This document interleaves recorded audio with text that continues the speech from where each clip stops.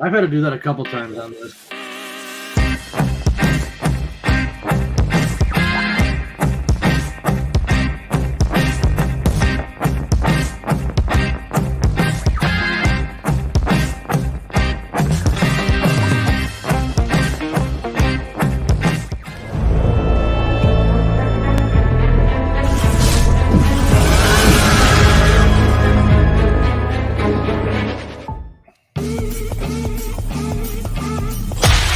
Sadistic Penguin Studios presents It's Getting Drafty in Here. Drafty old barn. The show of drafting random nonsense. I choose business ethics.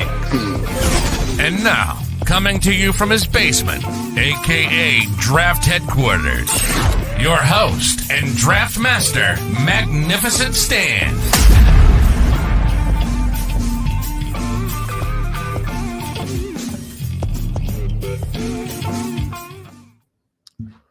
Hello, welcome to episode 49 of It's Getting Drafty in Here. I am your host, Magnificent Stan. Today is Friday. We're doing a special Friday episode, July 12th, 2024.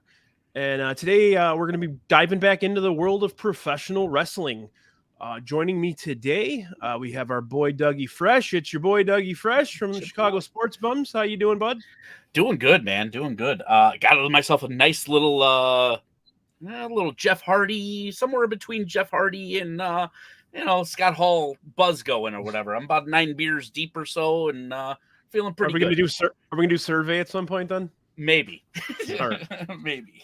All right. Also returning for another episode with us, our guy Shankster. What's going on, buddy? Not too. Oh, we were having trouble. That's why we're starting. Ladies having a little bit of trouble tonight. Okay.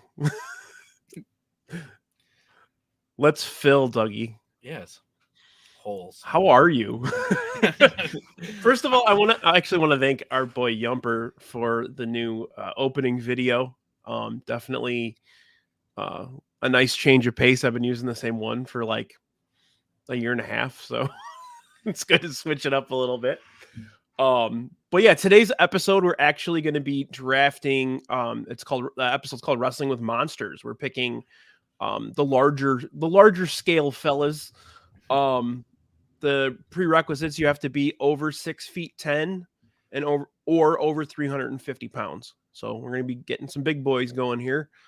Going to be waiting a little bit for Shankster, I guess. See if he can get his connection moved back. I'm going to move him out and then move him back in and see if we can get that going.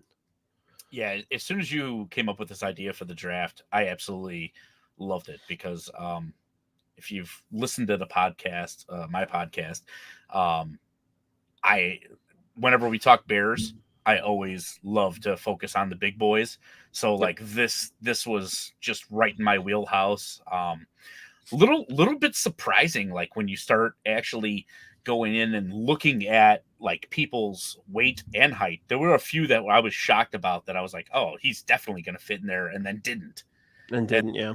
Yeah, and then there were a few that I feel like might be a little embellished, like, there's going to be a few where we'll be like, is he really that bad? And it's like, who cares? Yeah, right. Yeah, like they played the role. Oh yeah, John, you okay? Yeah, I'm good. Is this better? Yeah. Seemed like you're doing better here. How are you, John? All right. I'm good if I get to this problems, whatever's going on with my computer or internet here. But seems to be a lot better than it was a few minutes ago. So definitely on the up and up. But yeah, why don't we get moving here? You do have the first pick, so why don't we get this going?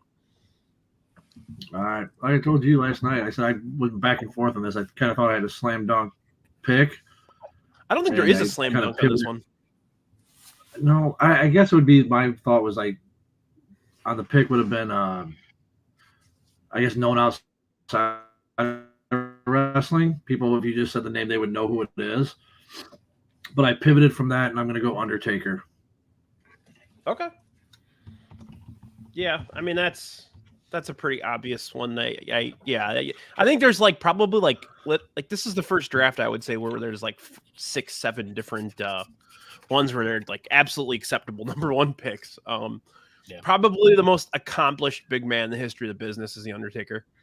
I can't really think of anybody who has the resume at that size. You know. Yeah, I mean, That was yeah, kind of my just- thought too. It was just the 30 years of character. Yep. Yeah. And usually with big guys, they come in a territory, they come out of a territory, they come in and fight the biggest guy, the star, they lose and they leave, and then they come back. Like that was the old way, and then obviously the new way where he was able to sustain the fact that he was able to keep the dead man character for so long until the fucking Limp Bizkit stuff started in. Was kind of amazing that he was able to keep it at least somewhat fresh, Yeah, especially with how they like almost the whole business model pivoted too, I would say during the Attitude Era he was kind of like, I don't want to say like a weak link or anything like that, but the American Badass thing, worst character ever, for him, Yeah, but he made it work still. He did. Yes. That's the thing, is he just kind of adapted with it with so many different. I mean, outside, like you said, American Badass was obviously, a change from it, but just as the Dead Man character, the Undertaker, as we knew, from where it started and just how it evolved over, through the '90s, and then when he went back to it, it felt like it constantly changed and kept it fresh without changing a whole lot with it. No. Yeah. Have you guys seen his podcast at all? I haven't. It's really good. I wasn't expecting it to be, but he his heart's on his shoulder, man. He's tremendous. Seems like a pretty, despite I have political problems with him, but despite that, you're gonna have especially in the world of wrestling, 95% of them probably have political problems with. But sure. Just seems like nobody ever has anything bad to say about him. And yeah, he's actually very funny. He flows really well with his guests, and the guy that hosts it with him, they're really well together. So it's a good one. It's funny though, he does advertisements for Blue Chew in the middle of it, and he's like, when I take it, the dead man wakes up. Holy shit, what am I watching here? The last thing you ever want the Undertaker to fucking say is right. My dick doesn't work. The only thing worse than that is hearing Brother Love talk about it. Yeah. Right. Yeah. Yeah, you got Hulk Hogan hawking vitamins, and now he's hawking dick pills. That's hilarious. What would you say his biggest match was? Is it the one he finally lost, or is it the Shawn Michaels matches at WrestleMania? I think it's the two Shawn and the two Hunter to finish it off. I think the Lesnar one was just the shock that he actually lost to Lesnar. But I think his best matches were those. But also, I think you go the Kane feud that just lasted, 10 plus years. It was on again, off again. I feel like his best feud for me, at least, was Shawn Michaels, but it wasn't the later Shawn Michaels. It was the earlier one. Yeah. Where when he backdropped Shawn over the casket and basically ended Shawn? his career at that point. But everybody hated Shawn because he was fucking coked up crazy person. But I think the go-to for him though, for anybody, is the Mankind's Hell in a Cell. Yeah. Well, even the first Hell in a Cell with Shawn Michaels was fucking great too. It was. Yeah. He made Foley in WWE. Him coming in and starting a feud right with the Undertaker made Foley. Absolutely, and they worked really well together because they kind of disregarded each other's bodies so much. Yeah. Oh shit. Attitude Taker, I feel like I like early '90s Taker more. I like to see him almost break Coco Beware's neck in Survivor Coco Series. wanted to fight him afterwards. But is Attitude Era Taker the murderer Taker with the teardrop? Yeah, there's two versions, really, right? I mean, there would be the American Badass kind of was in that area, and then what was the other one? Ministry, right? Yeah, Ministry. Ministry of Darkness, yeah. Yeah. Yeah. You know, it's funny. I have all these fucking wrestling figures. Undertaker was one of my favorite wrestlers growing up. I have all these figures on the my entire wall here. I was telling Dougie, entire wall, and you'll see some tonight. I actually curated some out as we draft. I do not have an Undertaker figure, and I don't know why I never did, but I just don't. I can never get one. Okay, just so we're clear, we're Mark Calloway Undertaker, not Brian Lee Undertaker from SummerSlam '94 that I'm taking. Dude, nothing hit harder, dude. Dude, I was at that. Yeah, same. That was the first event at the United Center. The first of anything, not wrestling, just anything at the United Center. Remember how pissed he was, or reading obviously years later, but how pissed he was at Bret Hart for going like 20 minutes long. Yes. And his match against Owen. Yeah. Well, you know what? In retrospect, though, I would think that I mean, I know him and Brian Lee like always had a really good close relationship. They were good friends, but that match was fucking garbage anyway. Like, you give them more time, it would have been 10 times worse, I think. Yeah, they didn't need 20 minutes on that. I mean, 11, it was probably too long or whatever it was. Yeah. Right. Yeah. Was that the Leslie Nielsen stuff too? Yeah. Leslie Nielsen coming in looking for the real Undertaker. So good. They always brought in weirdo, like Leslie Nielsen for that, and then like when he had Yokozuna with the casket matches, didn't they bring in Chuck Norris? Yeah, right. But Walter Payton was at that one coming out with Scott Hall. Yeah. Walter. All right. Why don't we move on then? I think that's the longest time I've ever given for the number one pick. Let's. He deserves it. He does. All right, Dougie, what do you got? So yeah, Undertaker was my 1-1. I have to go with Andre the Giant. Yep. Andre the Giant. I mean, just for the Princess Bride aspect of it alone. Anybody want a peanut? Yeah. I got to show you guys this. Would you like a peanut? So this is Super 7 makes really cool action figures. And this is an Andre the Giant one. That's the outside of the box. It's the eighth one in the world. Yeah. And then there's the figure. It's very cool, like articulated, but here's the best part. You know what? It has a beer can that you can put in his hand. I've had this for like a couple of years, and I've been like fighting taking it out and like displaying it with the beer can, but there you go. Yeah, Andre was the reason I watched wrestling. Andre, when I first saw him on TV when I was a kid, I'm like, what the fuck is that? Like, dude, when he had those dirty ass chops, oh my god. Dude, those things were like the most like unmaimed like NHL playoff. I can't, it too. Oh yeah, I can't grow playoff beard chops ever, dude. Those things were like. I think I had all three of the LJN Andres, like the long-haired Andre, the short-haired, the big afro Andre. Yep, I had that one, the short-haired good guy Andre, and then the black singlet there, or whatever you want to call that one.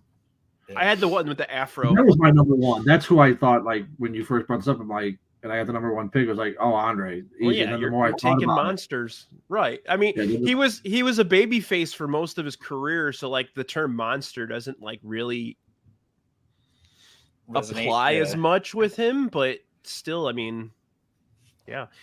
The thing about, like, the later years with him, it was really hard to watch. Like the Jake the Snake feud and tagging with Haku. They basically did the same thing with Yokozuna. They had him tag with Owen because they couldn't do anything else with the guy. They really couldn't. He's got so big. The stories about Andre are fucking legendary though.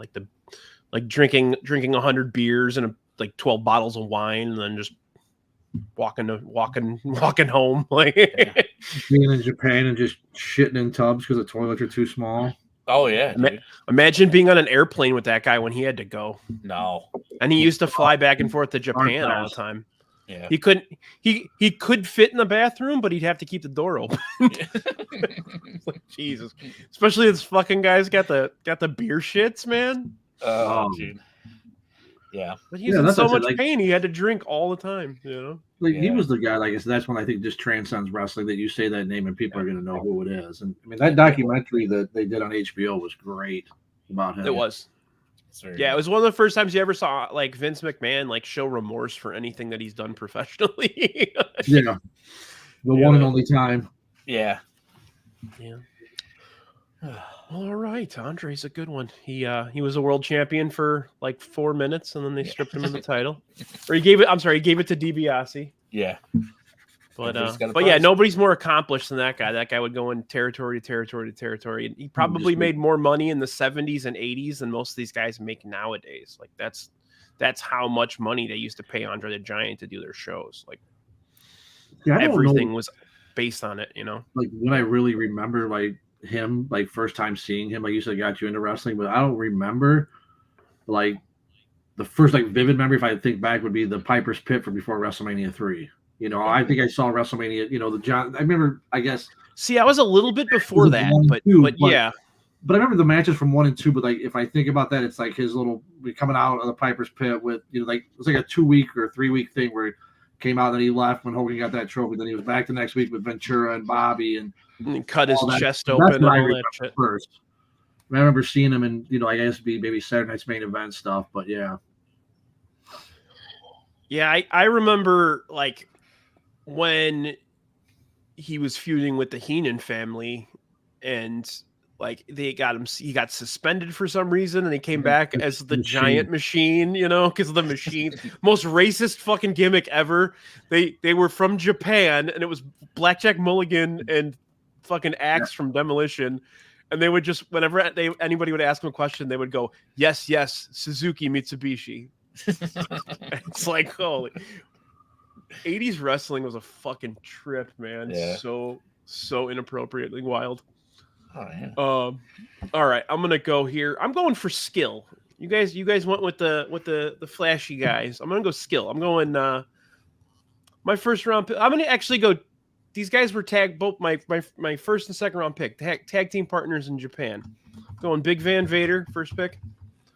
He is the most talented, agile, scary big man I've ever seen in my life. I remember going to a show at Rosemont when I was like 15 or 16, and we had seats right on the aisle. And that dude, like there were bigger guys with the company at that point. Undertaker, Sid, you know, guys like that.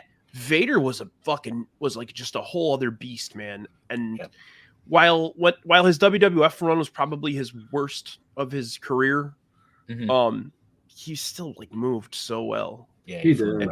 He's 450 pounds. I mean, early 90s stuff in like WCW, or, you know, I really didn't see any of the Japan stuff. I remember him as amazing. I remember him as Leon White or whatever they call it in AWA. That's when I first. Baby Bull. Yeah, I remember him in Vader figure. He used to have the Colorado. Helmet and all that. He had the Colorado Buffalo's jersey he'd wear in the ring for an AWA. Yep.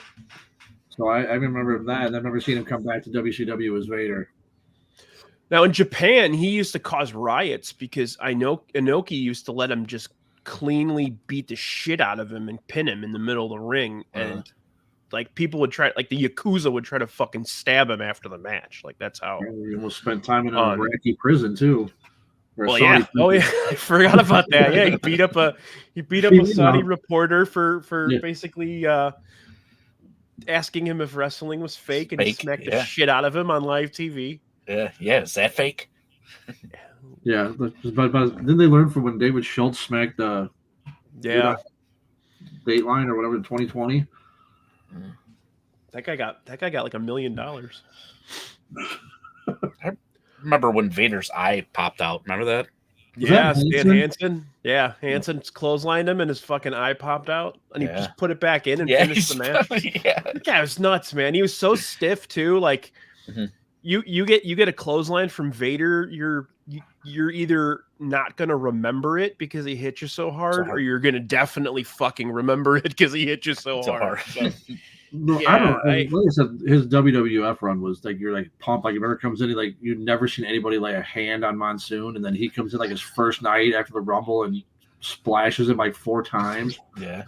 But it's like, and I don't know. It was towards the end of his run, I think. And he just kind of wasn't doing much. And it was I don't know if it was in one of the in your houses. He comes out of the ring and he's just like, guy was asking him questions. Whoever's interviewing, he's like, I'm just a fat piece of shit. And like, like, what the fuck just happened? Undertaker talks about him a lot on his podcast, and he talks about how Leon was just like not very sure of himself, despite being like the guy that did whatever the fuck he wanted to in the ring, just because, well, what are you gonna do, Right. Yeah. There was the feud he had with Ken Shamrock in the WWF. Ken was a little stiff with him one night, and he just hauled off and knocked Ken Shamrock out in the middle of the ring. Oh shit! It was and part of that too, though, is you got to figure tough dude. Michaels back when he was being in his dickhead days was the one who said, "No, I don't want to fight." Like, they had their one match at SummerSlam, and then he just basically said, "I'm not wrestling him again." Yeah, I think that's where the fat piece of shit thing came from. Is he was actually mimicking what Shawn Michaels said. Yeah. But really at that point, At that point, I felt like his career had already been on the downward after he powerbombed Hogan on live TV, and Hogan just got right back up. Yeah, the no sell. That ended him. That Hogan ended no selling? Yeah, he no sold it. Yeah, whenever he had Joey P, good call, man. He always just pounded the shit out of you if you were in the corner. And yes, Sam, that was the dude on Boy Meets World. Yeah. Forgot about that one. All right. So yeah, a lot of people didn't know this. These two hate each other, but they were tag team partners in Japan. I'm going the other most agile big man in the history of the business, Bam Bam Bigelow. That was on my list, man. Yeah. Damn. Yeah, that's why I was thinking this same thing. Just go ahead. He was super successful in every company. Japan. He was in Mid-South. He was in NWA. He was in WCW. He was ECW World Champion. He went to the WWF, and while that career wasn't as huge, he still main evented a WrestleMania with Lawrence Taylor. Yeah, Andre hated him. Andre didn't want to work with him. Andre hated any big man though. Andre didn't like other big guys. He liked Bundy, but Bundy was the only one. Well, yeah, Bam Bam, like you said, was just for a 350, 60-pound guy. I mean, just moved like a cruiserweight. Oh yeah, Bam Bam Bigelow. I'm telling you, nothing hit harder. Nothing hit harder than his music, dude. Just bam, bam, bam, bam, bam. I don't think I knew who he was back when he came to WWE, but they hyped it so much. Like each week, they had the managers all out there. Yeah, they had the managers line up, and then he picked a guy who wasn't even with the company. Yeah, Humperdick shows up. Yeah. Bam Bam coming out the Giant Soul Brawl would have been great. Him and I feel like there were two guys in the mid to late 80s that were just as big as Hogan, two baby faces that were just as big as Hogan ever got at a single point. And it was the Junkyard Dog. Mm-hmm. And then Bam Bam Bigelow used to main event arena shows against Andre all over the damn country at that point. And he used to tag with Hogan all the time. So like he was getting that treatment. So him and I feel like him and Junkyard Dog could have gone further if they weren't. Bam Bam was like notoriously kind of a prick to deal with. Okay. And then JYD had abuse problems. So. Yeah. Like with Bam Bam was what, 25, 26? Yeah, he was really young at that point. And he looked like he was 40. Like that's the hard life that guy lived. Yeah. Yeah. I want to mention this comment from Joey P. Do you hear the stories about the car ride he had with the Outsiders? I did. It's funny as hell. Kevin Nash talked about it on his podcast. They used to ride together. Then they started to hate each other after this happened, but they went to a gas station one night when they were going from town to town, and I think they were in LA. They ran into a gang in the gas station, and Hall and Nash just like backed up and were like, I want nothing to do with you guys. Like, we're cool. Yeah. Bam Bam Bigelow decided he wanted to like get into an argument and a fight with them. And like the whole time, Hall and Nash are like, okay, we're gonna fucking die in the middle of this goddamn. There's three millionaire professional wrestlers are gonna get shot dead in the middle of a fucking gas station and wherever the hell they were. But after that night, they were like, we're not riding with Bam Bam anymore. Before Sam asked, yes, this was the guy from Major Pain. I don't remember that. Yeah, he was the guy they hired to come beat up Damon Wayans. He ends up just kicking the shit out of him. That guy had the look where he could have been a TV star. Oh, could you imagine like a TV show where Bam Bam Bigelow is like a bounty hunter or something?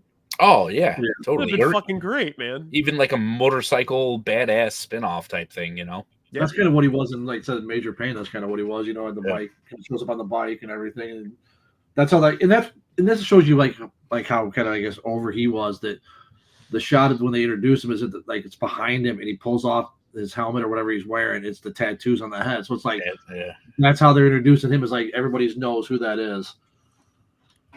Oh yeah. Bam Bam's from the Flintstones, Shankster.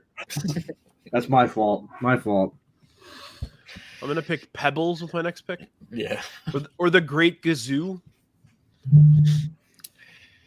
All right, Dougie, let's go round 2, bud. All right, my next monster, I am going to go with Andrew Vaughn.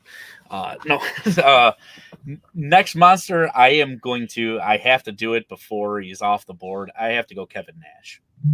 NWO, just that time period for me just meant the world. Before that, with the whole Diesel and Shawn Michaels clique thing, that was just it was just my childhood. So to have Kevin Nash still on the board and not take him, I have to take him here.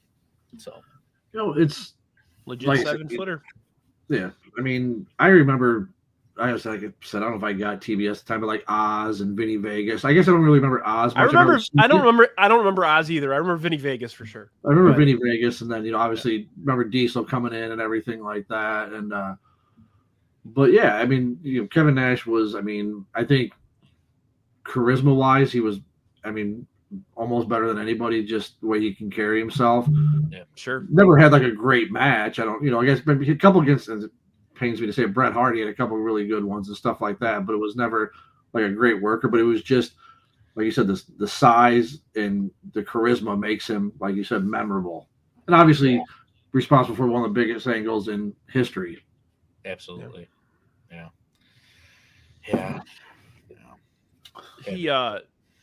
It's kind of funny. Usually, some people characterize his run as the champion in WWF as kind of unsuccessful.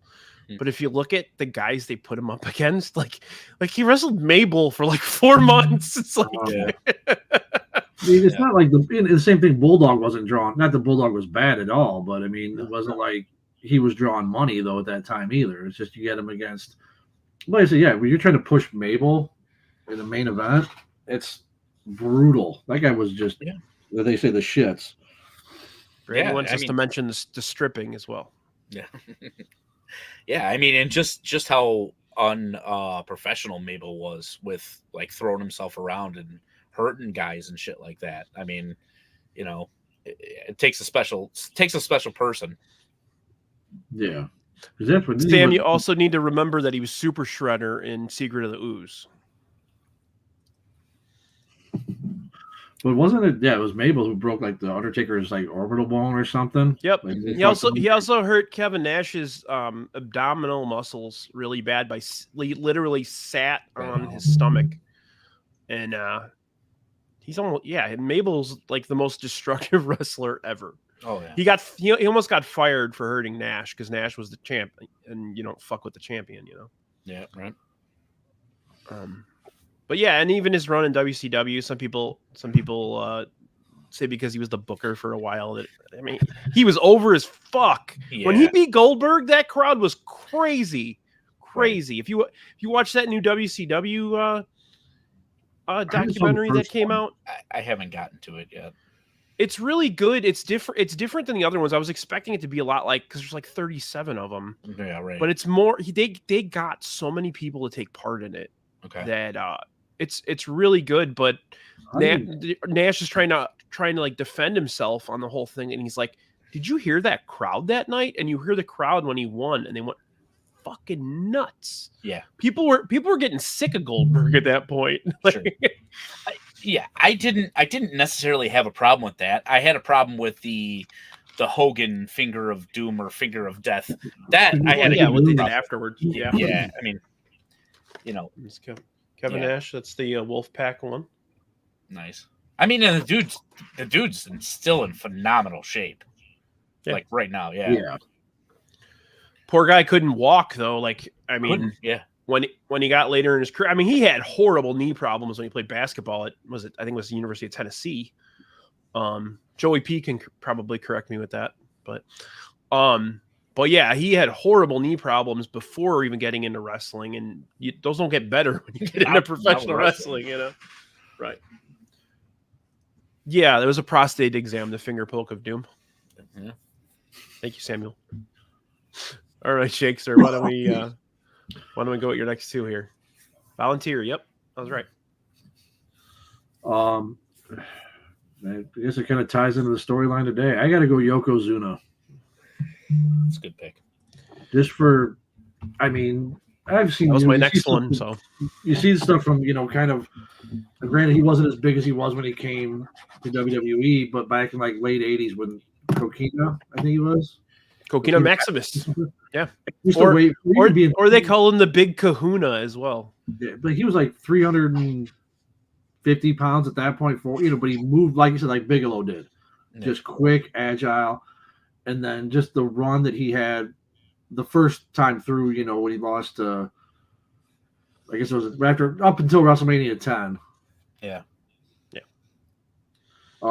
Just that run that he had there to go with, with the Royal Rumble, WrestleMania, all that stuff, holding it for almost a year. Well, I guess not quite a year because Hogan had to have his one last run there at WrestleMania 9, and then him beating him again for it. But yeah, just size and just everything. I mean, I remember the Duggan angle where he kept giving the bonsai drop, Duggan bleeding out of his mouth, and all that. And let's not forget the worst Royal Rumble exit ever when Randy Savage elbow dropped him and tried to pin him, and he pushed him up, and Randy Savage literally jumped over the top rope onto the floor. The worst. Oh man! But yeah, and he beat Crush. He beat everybody that was over at the time, and yeah, I mean, what I remember mostly Yokozuna wasn't the bonsai drop was amazing, but yeah, when he did that splash, when he run from corner to corner and spin and like run his back into you, that was insane amounts of agility for a guy that was, I mean, when he first got in, he was probably 500. By the time he was the champion, he was probably 600. Yeah. By the time he lost to Hart at 10, he was probably 650. Yeah, it's just sad. But scary he big dude. Great. Yeah. Like so, when he those first from the leg drop was awesome too. Yes, yes, Joey. But yeah, those Joey, why didn't I ask you on this one, man? What the hell? I should have had you on here. Yeah, he's got some good points tonight, man. Dropped the ball. But like that first run he had from I guess it was whenever it was after between 8 and 9, whenever he came in through 10. Yeah. Mm-hmm. Then I said because I think by 12, but even I'm trying to remember. I don't even remember. Like 11 and 12, but I think by 13 when it was at Allstate, he was tagging with Owen at that point, and Owen was doing most of the work. Oh yeah, it was exactly like Andre with Haku. Just keep him on here. He would be the hot tag like 80% into the match, and then either he would take the pin or he would get the pin. It was one or the other with him.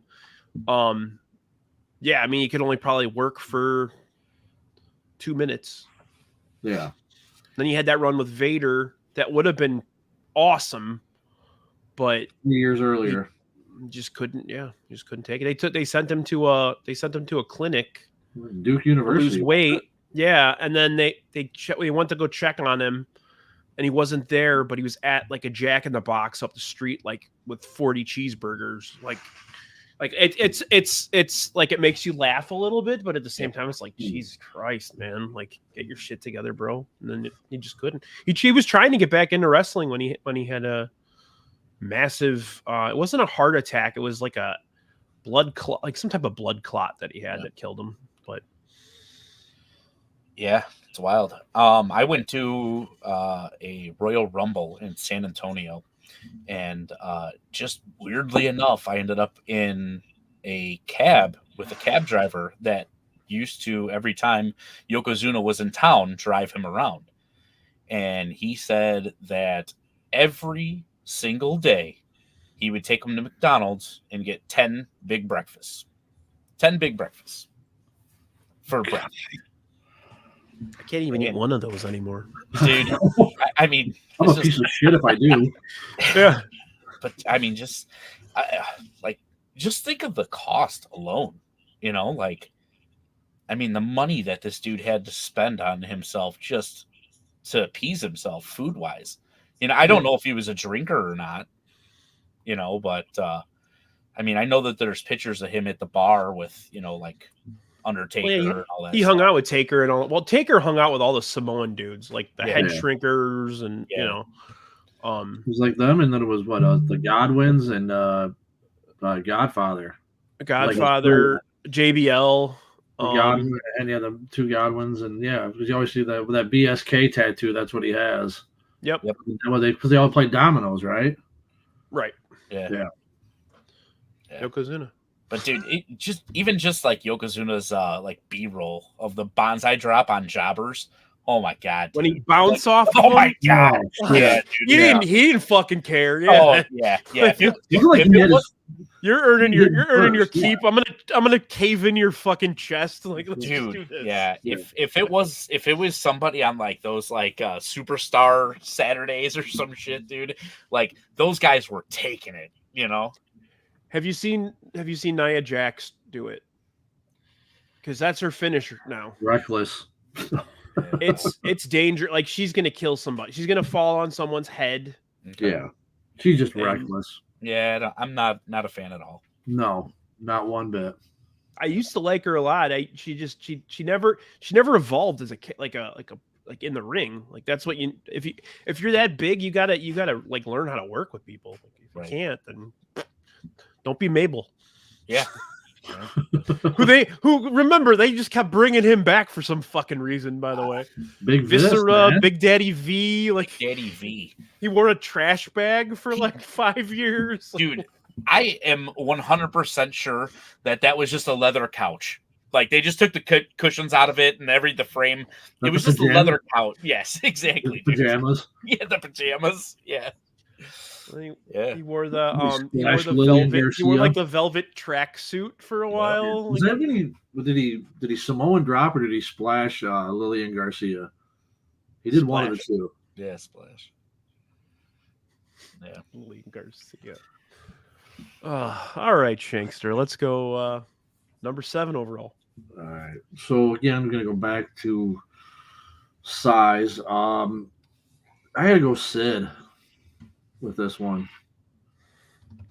Again, I feel it's kind of like Nash in a way that, you know, guy has had a ton of charisma, okay worker, but just you remember, was it after WrestleMania 12? Was that when Shawn and Diesel fought, or 11? He just powerbombed Shawn like 5 times in the ring. We told him to like take the night off, and he had the safest power bomb ever. Like, you're wrestling Sid, you're not getting hurt that night. No, like Sid didn't want a receipt. That's why he never hurt anybody. Granted, Sid wanted, softball season off, but so he kind of always feigned an injury. And if you get into a fight with him, he's going to find the best squeegee he can. Yeah, and scissors and whatever you need. Did he stab Arn or Arn stabbed him? One of the two. But I think the answer to that one is yes. Yeah, but and granted, you had the hey, can we start over? We're live, pal. That whole promo, and then the one where his car gets crushed, and he's like, "Go Berg, go Berg!" It's the best. I was gonna go for the lead up to WrestleMania 8 in the barbershop when he's destroying the barbershop and he hits the shaving cream can and it explodes on his face. Yeah. Yeah. Hey, Sid, we're live, buddy. Yeah. Yeah, but yeah. So I mean, I think like you said though, but I remember the big deal he was because I remember him with with Undertaker and with Spivey doing was it the Skyscrapers in WCW. And I remember how what a big deal it was, and Macho Man saying thank God for Sid Justice at his wedding when the snake came out, and but yeah, like the lead up though, when Hogan doing heel stuff back in 91, 92 when he pulled him out of the Rumble after he eliminated Hogan, and I mean he should have went over Hogan in WrestleMania 8 without a doubt. They should have built him. Well, he didn't pass his drug test. That's why. And then he went into business for himself by kicking out. He wasn't supposed to. Yeah, it's just. But like I said, he was just. I always liked Sid, even though when he came after his went to WCW and came back. I had a couple runs with the title. I mean, granted, the match with Taker at 13 wasn't great, but he was. I thought he was always good and just always had that intimidating size and just the fits of what a monster heel would be. Yeah. Two things I felt about him. One, he had, outside of maybe Brock Lesnar, probably the best look in the history of the business. Oh, yeah. That guy looks like a fucking professional wrestler. He looks like a guy you don't want to talk to at the bar. If he's sitting there drinking, don't walk up to him. That said, he was a big wimp, but still. The thing Joey P is referencing, the famous quote with the Outsiders, he goes, I just pulled it up. He goes, You're only half the man that I am, and I have half the brain that you do. Yeah. He messed up the quote, but it was just. But he was so intense with that stuff, though, too, when he was giving those promos. It's just screaming. Yeah. It was but believable. That's the whole thing. Yeah. He was believable. Yeah. He had a hell of a leg drop, too. He had like a Hogan-ish kind of leg drop where like it looked like a fucking tree was falling on your chest, Yeah. I was going to say, still to this day, I have not met a person with a better perm than him. There it is. There's the perm right there. Dude. I don't know, Brian. Brian's is pretty solid when he did that. But like I said, you did insult me right there. I was trying. I'll admit his perm is better than mine. Yeah. I have yet, though. I remember hearing about it, but I have never watched the leg break in WCW. I've not watched it. So bad. I can't. I just remember hearing about it, and I'm like, nope, I will not watch it. He's like, he gets to the ground, and it looks like he's trying to like put his leg back together, and you're just like, my god, yeah. I would. You should watch it just to watch it, but I mean, who thought that was a good idea for a 320-pound guy to come off and land all of his weight on one of his fucking legs, dude? I'd be curious to see what would have happened that night if he hadn't gotten hurt. Was Benoit supposed to go over? Because I don't know. Yeah, he was fucking leaving. Well, that's the whole thing. He went over. They left like 2 days later, didn't he? Yeah. Mm-hmm. Yeah. They had to get rid of the title at that point. Yeah. But yeah, to your point, he was in such shock. It was like he was just trying to put his leg back together at that point. He's just laying there trying to like move. That was nasty. But I will say about him, my favorite work with him was that Shawn Michaels, when he went after the what is it called? His mentor or whatever. Yeah, Jose Lothario. And then he beat the shit out of Jose Lothario's kid. Beat the shit out of him with the camera and everything like that. And then in San Antonio takes the belt off. Yeah, like, dude, it was some of it was well written. Which one was the one where he gave him the heart attack? Like, was that his Survivor Series when he beat him? And then because Michaels won it back in San Antonio, right? Yeah, he won it at Royal Rumble, and then he got hurt and lost his smile. Yeah. Was that after the Marines beat the shit out of him? Yes. Oh man, yeah. I loved Sid. Sid was fun to watch. As you watch when you get older, you're like, this is weird. Like, this dude's weird. Yeah, but he had, like I said, I guess obviously the build up was, bring him in as a face to build the Hogan thing, but just never saw him really kind of like that. I don't know if they were trying to make him the next Hogan or what they were trying to do with him, but just he was always just has that heel and was always better as a heel. Yeah, he was never good as a baby face. He's the guy screams like a freaking lunatic. He's not gonna, Yeah. you know. His name is Psycho Sid. He's got to be crazy. He can't be a baby face. Right. But, all right, Dougie, what do we got here? All right. I am going to go with World's Strongest Man, Mark Henry. Might be a little out of left field, but that was one of Brandy's picks.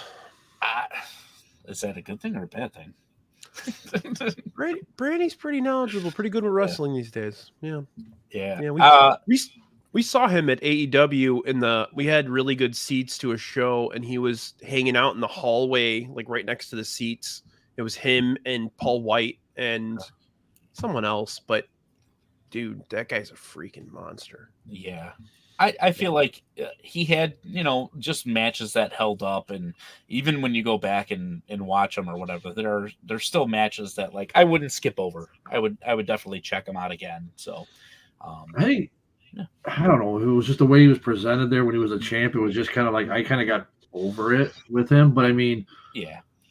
But there was that run because when he first came, the Nation run was good. Yeah, because that was before or after they sent him back down or sent him to Calgary to learn because he wasn't learning or wasn't whatever. But yeah, I think they brought him up as a baby face because he's Olympian, and Vince McMahon always thought Olympians need to be baby faces. Right. Kurt Angle. They brought him back. They sent him back down. They brought him back up, and I mean he could probably still go in the ring right now if he wanted to. But you like you said though, you get these guys with a memory that, like you said, the fake retirement. Yeah, it just with the salmon jacket. Yeah, but like just stuff like that where it just stands out, like the things that like when they can do that, But like I said, watching him just legitimately be that strong and just like it's ridiculous. Yeah, exactly. That sexual chocolate run. That was great. So good. Stuff with Mae Young. Dude. Is the hand fully grown now, or how old is it? Right, yeah. The hand's off to college. Yeah. His son is training now. I think he's at Booker T's school. Okay. But he is he was one of the best high school football players in the US. And I think he decided to go into wrestling. But he's a big dude too, like big bodybuilding monster, which is funny because if you watch Mark Henry's Hall of Fame speech, he talks about his kid and they keep showing him and he's just like this little awkward kid, and now he's just like a big monster. So last I heard about the hand, it got a job. Hey, What's the line from Tommy Boy? 10 whiskey sours, I still fucking got it. Yeah.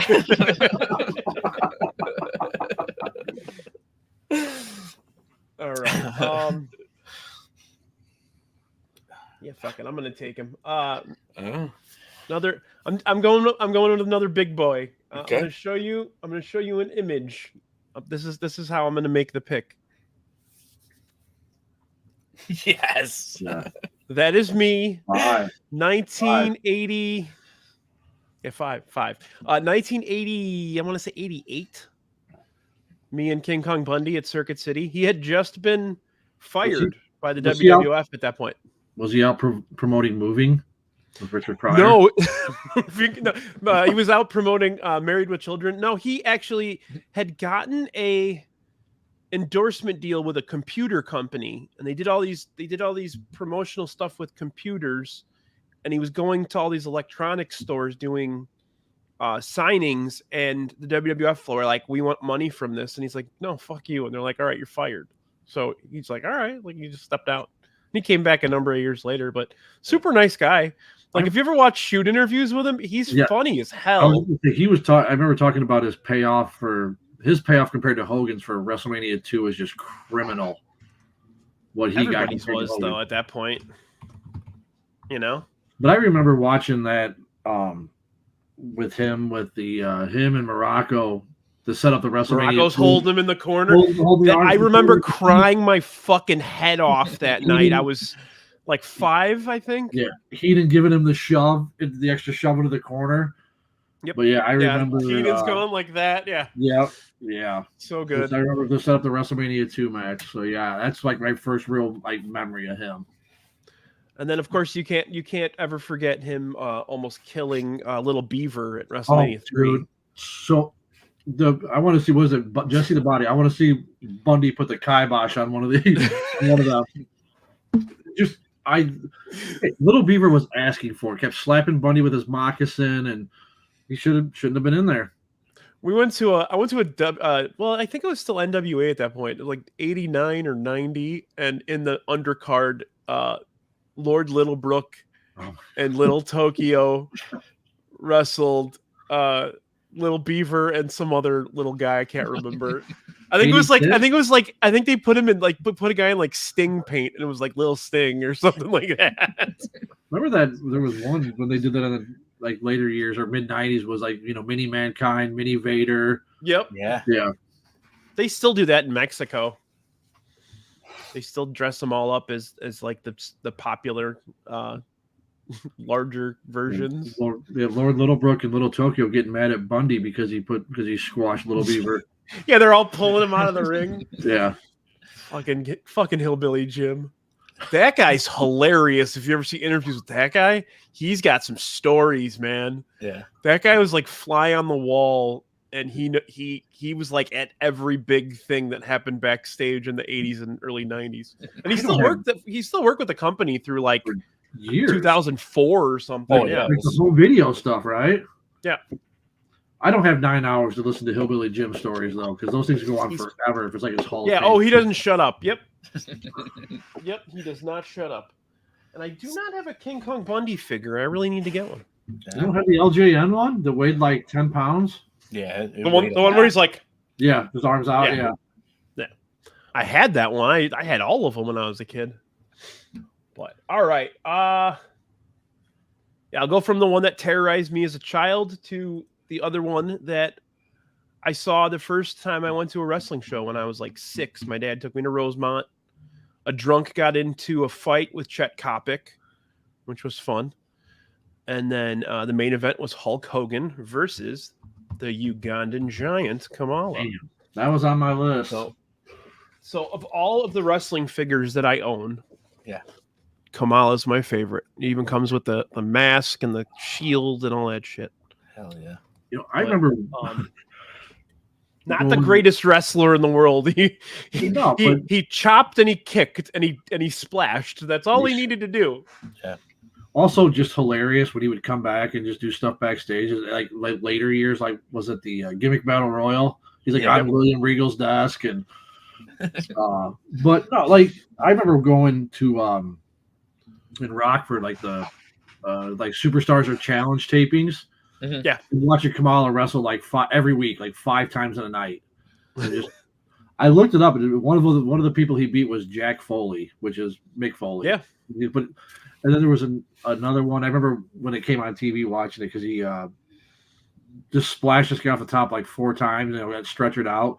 Guy became a referee for the WWE. Like that was like his last match for him. So I remember there was an episode of Raw where he was feuding with the Undertaker. It was like right before the first casket match, I believe. Yeah. And he wrestled like a really, really, really young. I don't even know if he was 18 at that point. He might have lied about his age. Matt Hardy. So Matt Hardy was doing jobber shit when he was like 17 years old. Both were, yeah. Yes. Yeah. But yeah, he was always fun. And then the babyface run with Slick was like the Reverend, and yeah, he was just fun. He was a fun guy. He had a rough life moving down, like moving on at the end there. He had to have his legs cut off, and like, yeah, just not a, and he was like broke, and like a lot of that happens to a lot of these wrestlers. But I remember seeing a documentary about him that was rough. Not from Uganda. No, he's from like Alabama or something. But yeah. Like what was it? Like his name was Sugar Bear or something, or when he got it when he broke into the business. I don't know what one I was watching or who he was wrestling, but it was I don't know, it may have even been a Saturday Night's Main Event where obviously he had Kimchi, and then he had God, who was the other guy? Yeah, he had the master, the weird looking guy. Yeah, the guy that was the head of the Dungeon of Doom. Yes. He was also like the grandpa from fucking like 3 Ninjas movies or whatever. Like there was where Honky Tonk Man was Kimchi. Was in the mask as Kimchi. But that was usually a lot of times that was the Brooklyn Brawler who did Kimchi. Yeah, almost always Lombardi. Yeah. Yep, Lombardi was always Kimchi. But yeah, I loved Kamali. He was a fun character. You know, he had a great run wherever he went. You know, he was really good at world class. He had a good run with the Von Erichs. I think the first time he ever lost a match was against Kerry Von Erich. Okay, I was watching World Class last night. The good David stuff, Von Erich tribute. He was the best one. He was the one that would have been like the Hulk Hogan of the South. Him and Magnum TA would have taken over the business. Fritz was probably like the guy from Walk Hard. Wrong kid died. So. Yeah. Have you guys got a chance to watch Iron Claw yet? I did. It was good. It was really good, right? Yeah. Yeah. I was really not that I don't like Zac Efron. He did a phenomenal job. I mean, just a real phenomenal job. He did. Yeah. You know, was it true to the story? Not entirely, you know, with the other brother missing and stuff. But it was really, really well done. It would have been too sad if they added the other brother. Chris? Yeah. Yeah.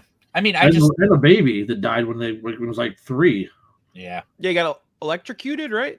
Yeah, and like he was drowned or something. Yeah. So Sam, you missed it. This is actually me and King Kong Bundy in 1988. Yeah. It almost looks like he's wearing the American Psycho slaughter. Jesus Christ. Yeah. Okay, Dougie. All right. I gotta go Big John Studd here. Good one. Yeah. Didn't think he would drop to the 4th round, to be honest with you, but I can understand why he did. Are you still upset that he threw the fridge out in the Battle Royal? A little bit. Maybe that's why he didn't get drafted earlier. You know, a little Chicago biased. I just feel like with him, his run, I guess I'm sure he did do stuff before that, but like his run was so short. I felt like, you know, he had WrestleMania, like basically 1 and 2. Yeah. Then he was gone till like 89 when he came back for the Royal Rumble as a baby face, you know, and then it was just, but you know, like I said, when you can do business with Andre for a couple of years, you're doing something right. Yeah. He was supposed to feud with Andre when he came back. And it was the reverse, and he was supposed to go over. Okay. But he got sick. He had Hodgkins. I think he had Hodgkins. Yeah. And he was another one of those guys who died. He was like 45, 46, but he looked like he was, 50, way older. Like he looked the same age forever. Yeah. Yeah. He was good. I mean, he was very limited in the ring, but I mean, he came up in the 70s. All those guys were like that. All those guys were just barrel chested, smacking each other on the back. That's all they ever did, like a body slam from 7 foot tall Big John Studd in 1978 was like a big thing, Oh yeah. I mean, damn near finisher, I mean, right. Yeah, I mean, that's basically what it was. It was all like how they looked on, the marquee poster, all that. Jesus Christ. Big John Studd is a porn star. Yeah. It was all about look, it was a lot about look, a little bit about the match, at least back then. So where did it go? I do. So when I started collecting again, like 3-4 years ago, first figure I bought, Big John Studd. Hell yeah! I got it at Target for like $3. Oh, discount rack. There you go. Well, I mean, so think about it. It's 2020, 2021. Sure. You're a kid and you want to buy a wrestling figure. You're gonna buy Big John Stud. Yeah. No. Yeah. They You got a totally point. just target adults now. It's so funny when you go to Oh, a store and you go through like the action figure aisle. You totally know they're just targeting these like 40 somethings with disposable income. absolutely. Absolutely. Pretty funny. Even those like first generation figures, dude, like so like the Undertaker, like his just boot color would change. Like those first ones where they like came out, it was like, dude, yeah, it was like gray boot, purple boot, and it was the same damn fucking figure, but I had to have all of them, You're talking about the Hasbro ones? No, not the Hasbro's. Jake's. Oh, the Jax ones, yeah. Jax, yeah. See, The I Bone never did Crunchers. those. I did a few of the Hasbro, but mostly I had like all the LJN. Like, Yeah, that was me too. I had a ton of them, but the problem was me and my cousins abused the living shit out of those things, and they were. I went through so many rings. Oh, breaking the rings. Oh, you know what? I wanted to send it to you guys. I forgot to send it. Somebody, have you ever seen that show? Kind of like, Is It Cake? Yeah, I know who you're talking about. I actually, it's funny. I sent that video to Matt Cardona actually, because he's obsessed with Hasbro's. I saw that video. Yeah, dude. Yeah. Immediately, I thought like somebody was just doing one of those like for shock videos. Like I thought she was, they were just even the Macho Man figure was like a piece of fondant or whatever. Yes, yeah. But so like the first part I saw was just like cutting the ropes, and I'm like, oh my god, they're like so dried out, like I'm like, oh, and then like I saw it was cake, and I don't know. Well, let's keep moving here. We're at an hour already. Wow. Sorry. No, you're good. You're good, brother. This is good. I like this. I like the conversation. I always like talking about wrestling. So, but all right, Shankster, you got your last two here. Oh, I thought about taking a tag team here. There's a couple options, but I think, like you said, going kind of back to Bam Bam style, who a big guy who not quite as agile as him, but in his early days was Big Boss Man. Okay.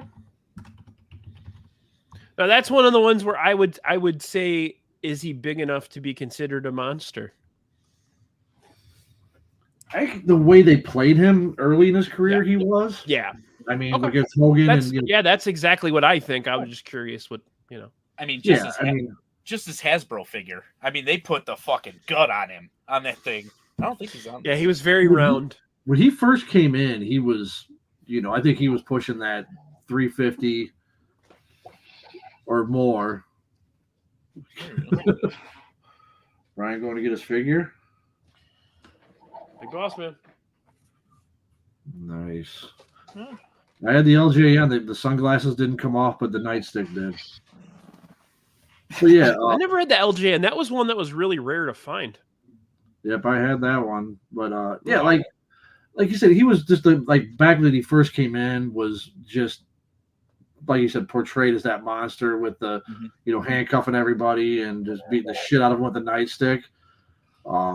His match, but like you said, not that Hogan was a great worker, but you go back to that Saturday Night's Main Event, Hogan Bossman cage match.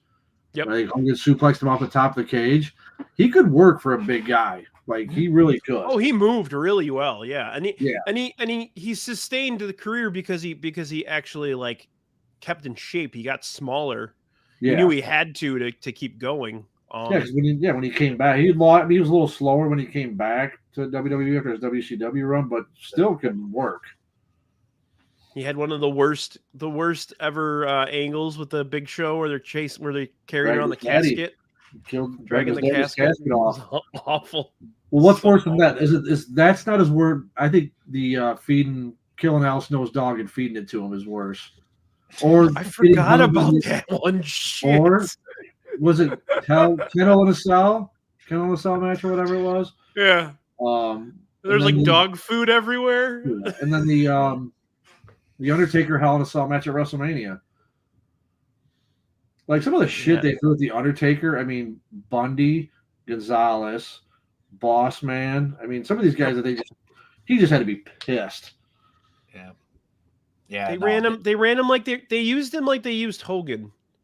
They'd find the biggest motherfucker they could and put him in front of him. Mhm. That's like the old way of thinking, and they don't do that anymore. But I don't know. I feel like they did that with Cena for a lot of years. yeah, I mean, put him with Kali, and yeah. I mean, it was just, it was so much to the point to where, and the reason why I had so much disdain for John Cena was because you, as a wrestling fan, could go in and be like, hey, this guy's going to beat this guy could beat this guy. When they put matches out like month after month, year after year, and you look at it and you're like, no feasible way that this dude loses, it gets stale as fuck. And that's just the way it is, and I feel like that's what they had a problem with Brock Lesnar too, because it was like, how do you have him lose when you've built him up like this and he's only like here like 3 times a year, Well, and then you also have this scenario where you build up the smaller guy and then they reach that apex and then they lose to the big guy. Right. It happened to Kofi, it happened to Rey Mysterio, it happened to Danielson. Yeah. Yep. Yeah. I mean, I really think that not now. I feel like the Intercontinental belt has gotten a lot better, but there were tons of years where they underutilized that so badly. I thought they were going to get rid of it at one point because it was an afterthought. It really was. But they brought the European belt in, and that was the angle that they fucked up with when.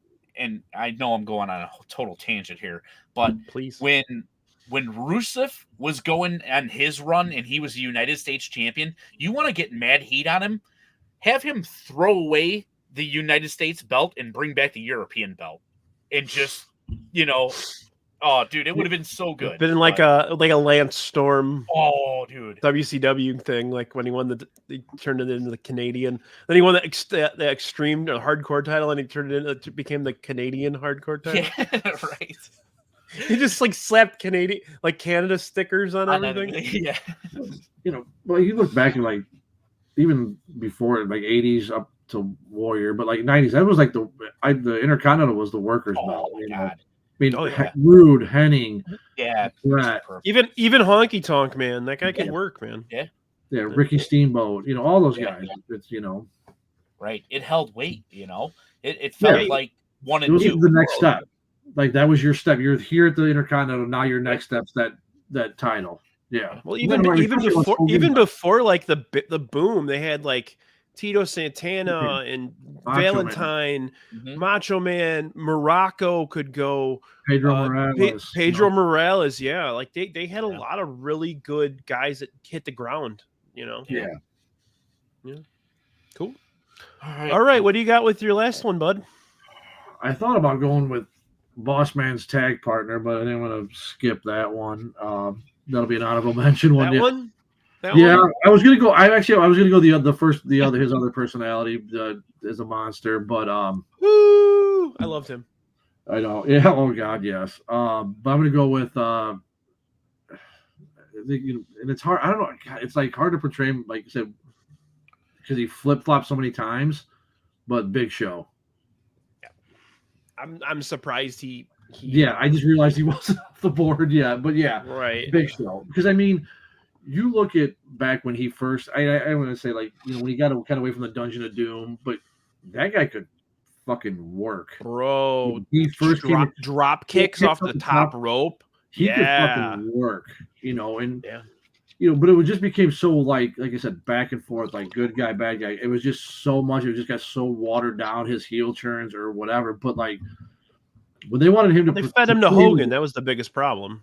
Yeah, but when you want, I remember was it they're like a backstage thing for the NWO. They're like walking, and I think it was Scott Hall goes, "You really Andre's kid?" Man, come on.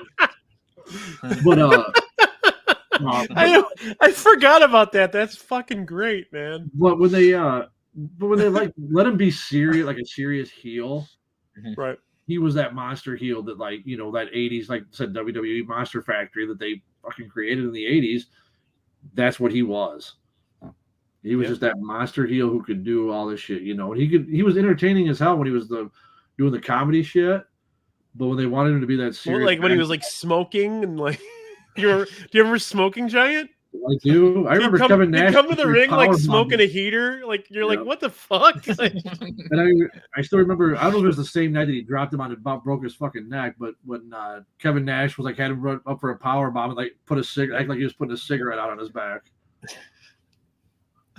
But yeah, no, I said like Big Show was just 20 years or more of just being entertaining and outside of he had so many transitions in his career. Like went through so many things too. Like when he went to WCW, he got like towards the tail end, or like when he went to WWE, he got the surgery for gigantism, where they like fuck with your pituitary gland, and he was so used to eating a certain amount of food that when he had the surgery done and his body wasn't creating as much testosterone or whatever, that he gained like 200 pounds. He went from like 350 to like 550. If you watch that, there's like that like 2-year period when he got to the WWE to like that point where he actually left for a couple of years or a year.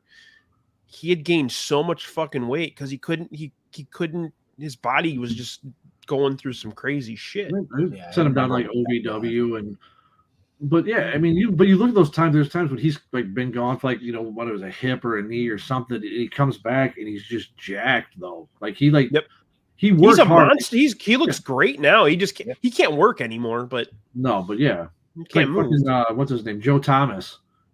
For the Browns, he's this huge offensive lineman. Now you see him now and he's just like cut up. That's what Show did, from time to time. But like you said, the faith they had in him to put him in there with Floyd Mayweather. Yeah. That just shows you what they had, the trust in him, the kind of work he could do. He told Floyd, like, punch me right in the fucking face as hard as you can. And Floyd's like, are you serious? He's like, look at me, bro. Like, yes, please. Probably my favorite thing, though, that I always remember is a match against Rey Mysterio. When Rey Mysterio was strapped to the backboard for the stretcher. Yeah, and he swung like a baseball bat. Yeah. Into the steel post. Yeah. Yeah. Well, we didn't even bring that up earlier. And then Kevin Nash throwing Rey Mysterio like a lawn dart into the side of the trailer. Like, yeah. Rey Mysterio wanted him to throw him through the window.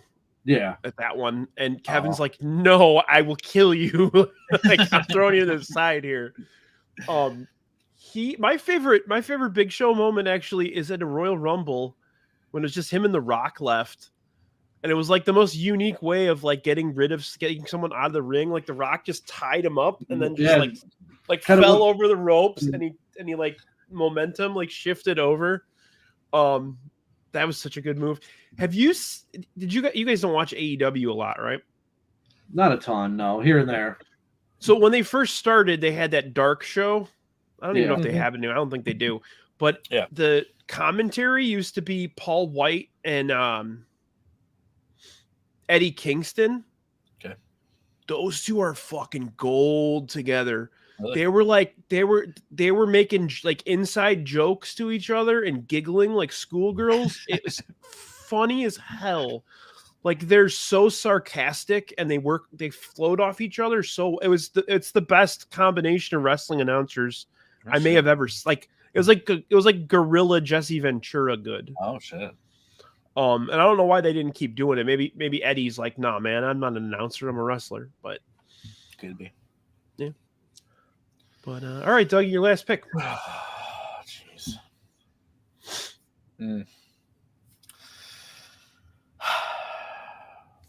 I'm gonna have to go nostalgia for me. I am going to go Earthquake. Going Earthquake. Big Ron.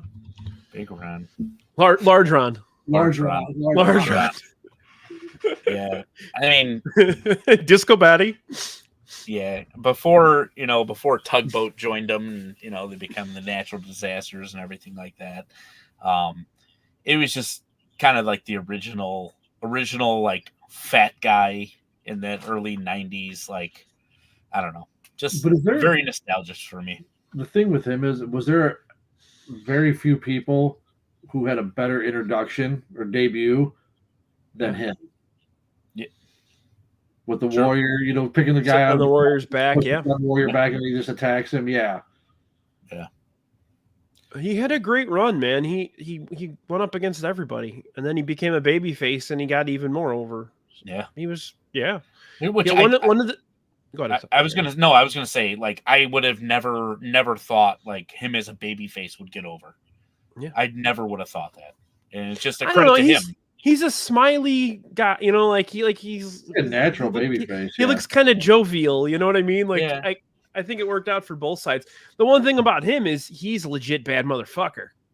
like legit that guy. sumo, right? He was a Yokozuna, yes. Yeah, he Never was, lost a match.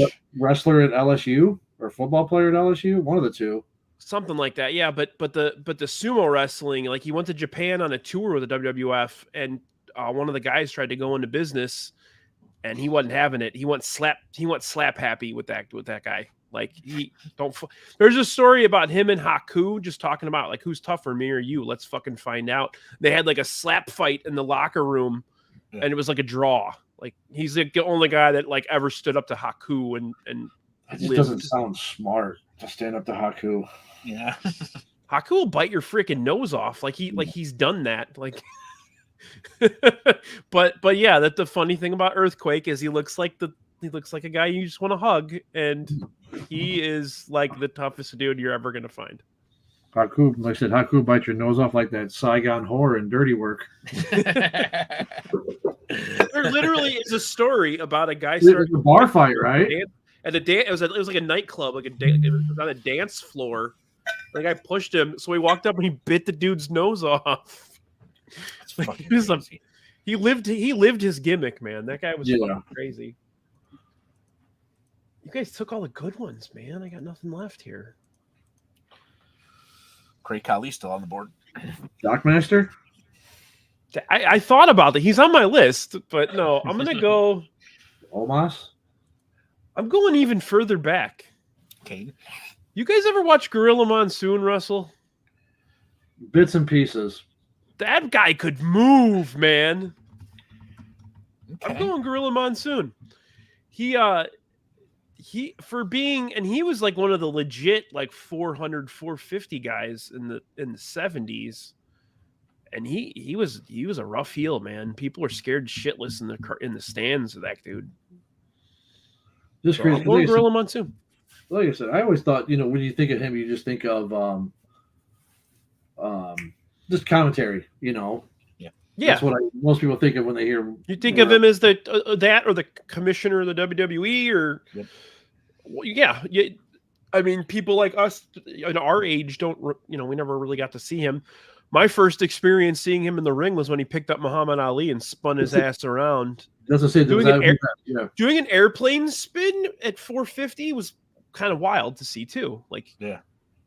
You know how much like your legs are gonna fall apart if you're that big doing airplane spins. But yeah, he was great in the ring, and I've gone back and seen stuff with like him and Backlund, him and Bruno, him and Morales, even deeper back then with like I don't even remember, but yeah, I mean he moved really well for being as big as he was. Love to gamble. Did he? Oh God, yeah. No, I didn't know Big that. gambler. Yeah. Really? I'm surprised they never did a documentary on him, really. No. Because he was one, like, he put up a ton of money with Vince to start, to buy from his dad. And it was like a balloon payment or something was due at, like, WrestleMania had to, like, succeed. And then he had to pay off, like, Monsoon. And there was a couple other people that he owed, like, money to because they were kind of there backing him at the beginning of it. And but yeah, he gave Gorilla, like, he had, eventually, I don't know if it was a small percentage, but he eventually bought, paid him and then bought him out. So he had it. But yeah, Monsoon was like initially in on that. Yeah. Gorilla position. Right. He'd always keep time.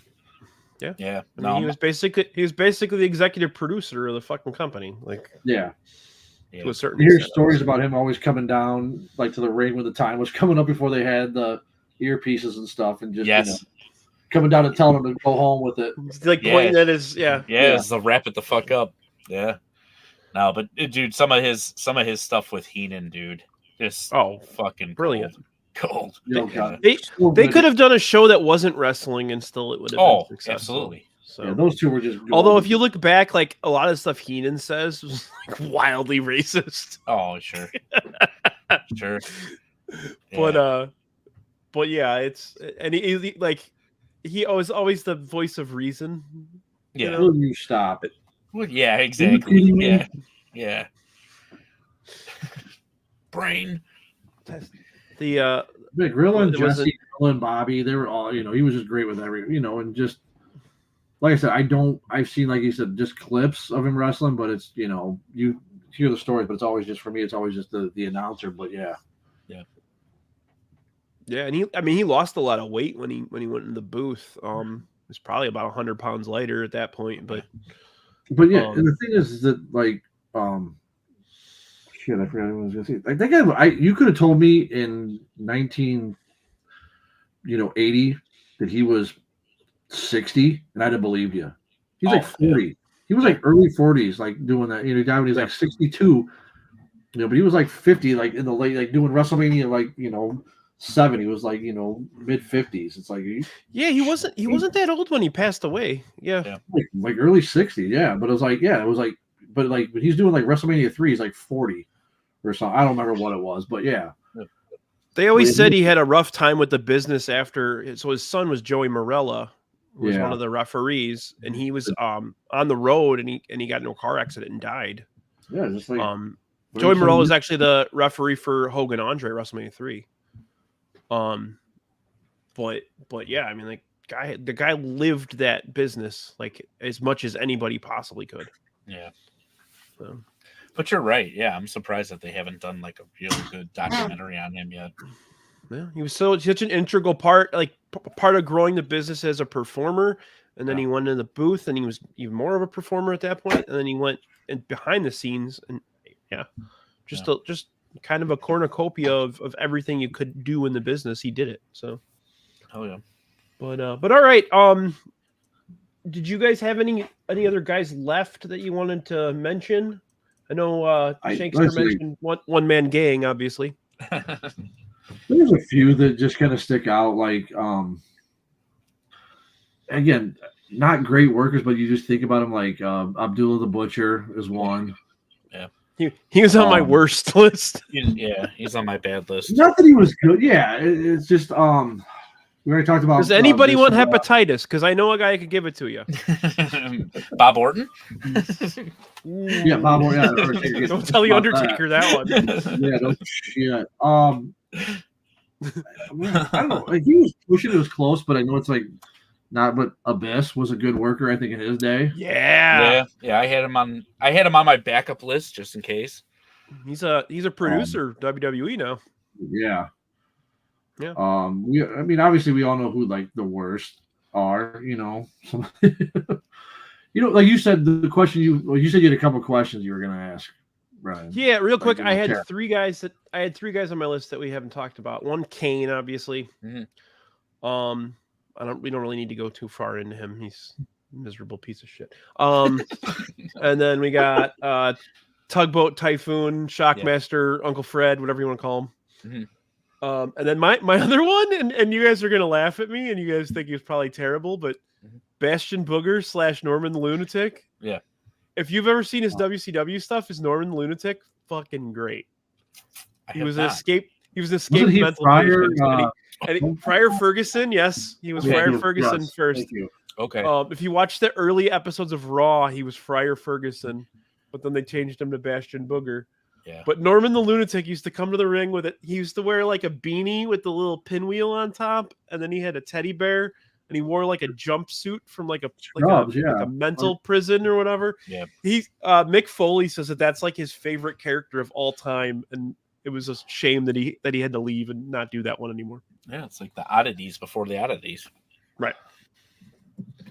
Mailman Jack wrestling. That's how Jim Cornette spells it.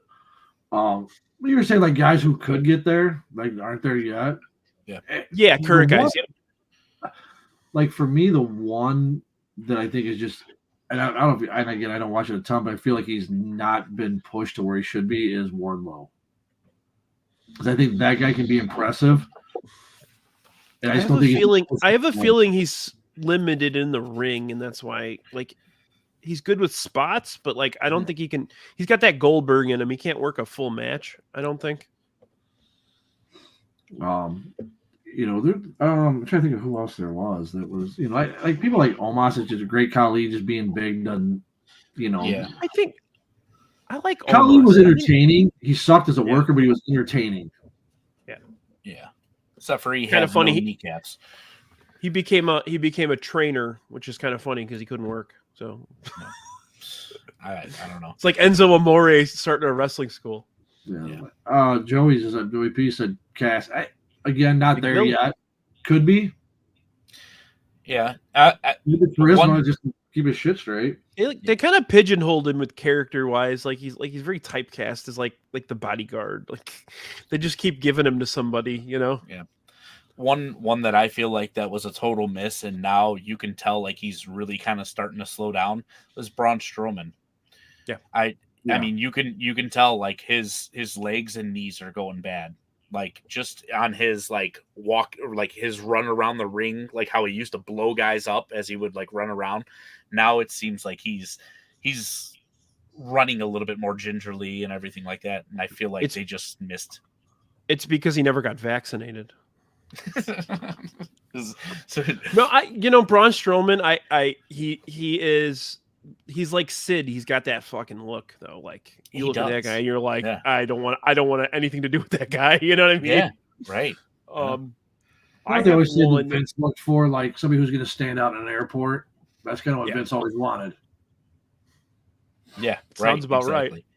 Yeah, I got one that's chronically underrated. Bronson Reed. Yeah, he was on my list too. He's what Bam Bam Bigelow was. He's that guy. Like he is that good in the ring and that agile. I think he'll get there. Just needs more. I don't know. So I've got two more on my bad list that we haven't mentioned. One, I didn't care for him at all. Rikishi. Rikishi did nothing for me. Just didn't. Wow. He had so many gimmicks. Even like Head Shrinker Fatu era. See, one was in that era, yes. But like it really, I felt like his character was buried. Like it was a tag team like thing. Like there was no individuality with it. You know what I mean? So. Yeah. I get it. I also feel like his was interesting because I feel like they couldn't figure out what to do with him. Yeah. And they're like, oh, well, let's make him the guy who ran over Stone Cold. Kind of stick with that kind of, but Umaga was the one I thought was good back then. Yes. That guy was unbelievable. Yeah. Yep. Movement. That guy could move in the ring, and apparently he was like the nicest human being ever. Yeah. So. But it's like you talk about those guys now. Like when you look at all the ones we're doing. His son's an MLW. Which one's his son? Zilla. Okay. Yeah, he'll be in the bloodline eventually. Yeah. But like you look at a guy like I don't think Solo moves like him, but if watching the little bit I've watched is Jacob Fatu moves a lot like he did. He was big. And Jacob Fatu is he's I think he's more than any of the Samoans we've ever seen in the ring. Like that guy does some. Yeah, and he got smaller too, so he's going to be able to do more. Yeah. Because when he was in MLW, he was probably about 40 or 50 pounds bigger. He's ripped now. He's fucking ripped now too. But yeah, so those Umaga was always one that I thought was just impressive. When they had the 3-minute warning, or then when they made him into Umaga, he could always just flat out move and was believable. Yeah, dude, 100%. He it was a sad story, man. That guy could have done whatever he wanted in that business. Yeah, and his hype man.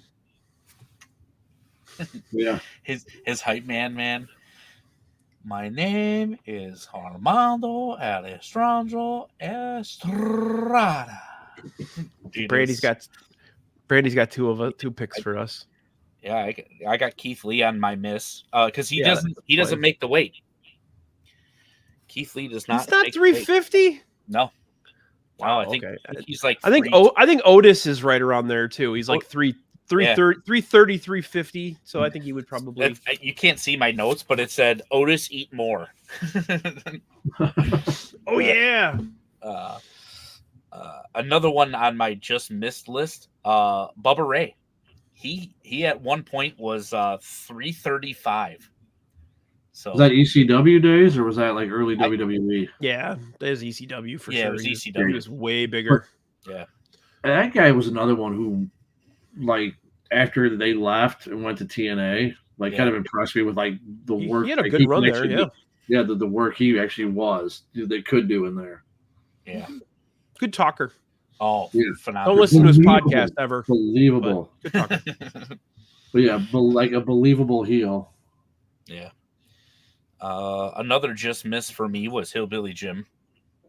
He didn't fit the category. I had on my worst list. I had Uncle Elmer. Uncle Elmer. Yeah. Another one, like, it's just like I said, going way back. I don't think many people remember that. Just and not that he was good, but was Haystacks Calhoun from years ago. He's on my worst list.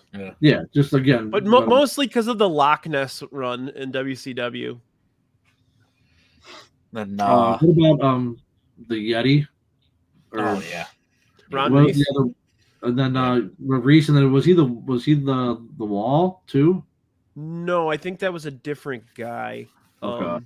The Wall was. I thought the Wall was good. I thought that guy could have done some stuff, but I wrestled with Reese a few times in the WCW versus NWO or whatever, whichever one it was.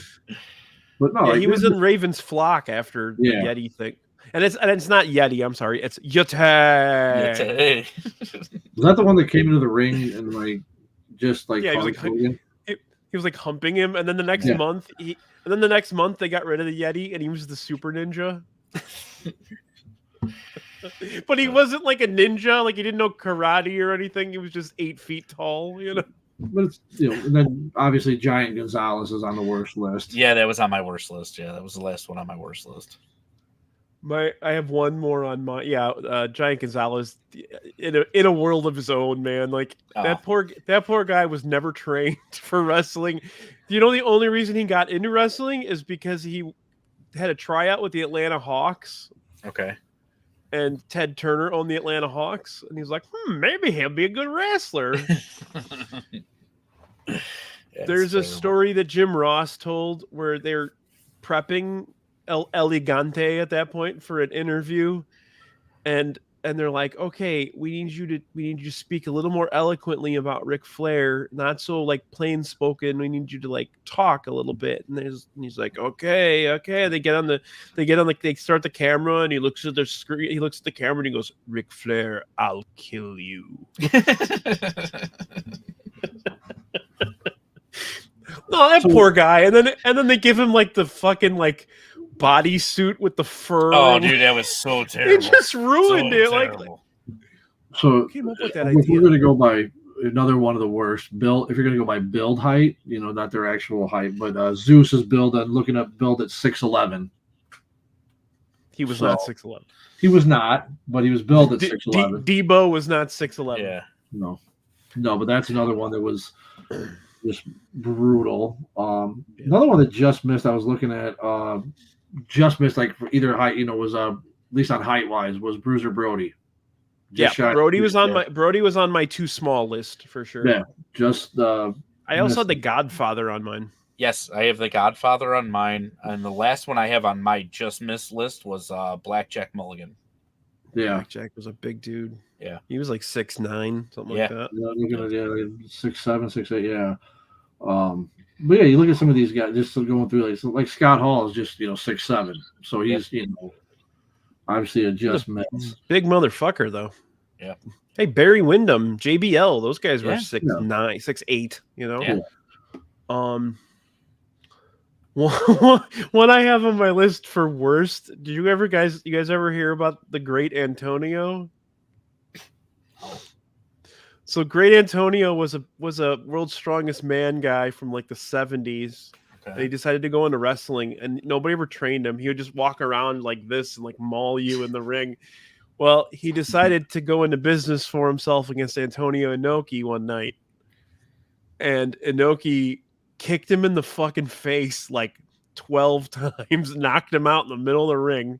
Because he was being rough. Like he was no selling everything. And then he grabbed Inoki by the back and started pounding on the back of his head. Yeah. Which obviously you don't do in wrestling. That's like a definite no-no. So Inoki kicked him in the face like 12 times, knocked him out.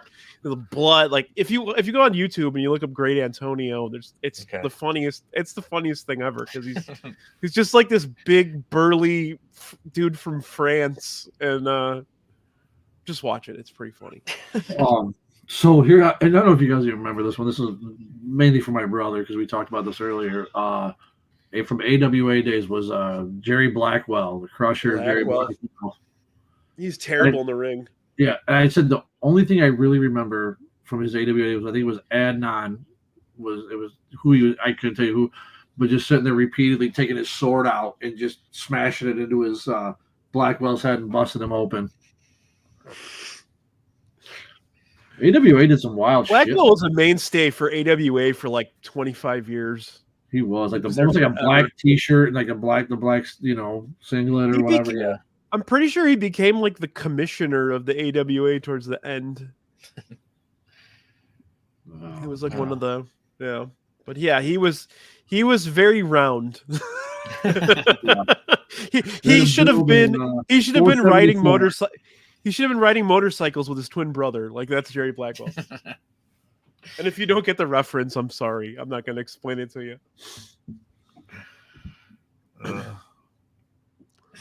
All right. Anybody else we're missing? Nah, that's my whole list is cashed.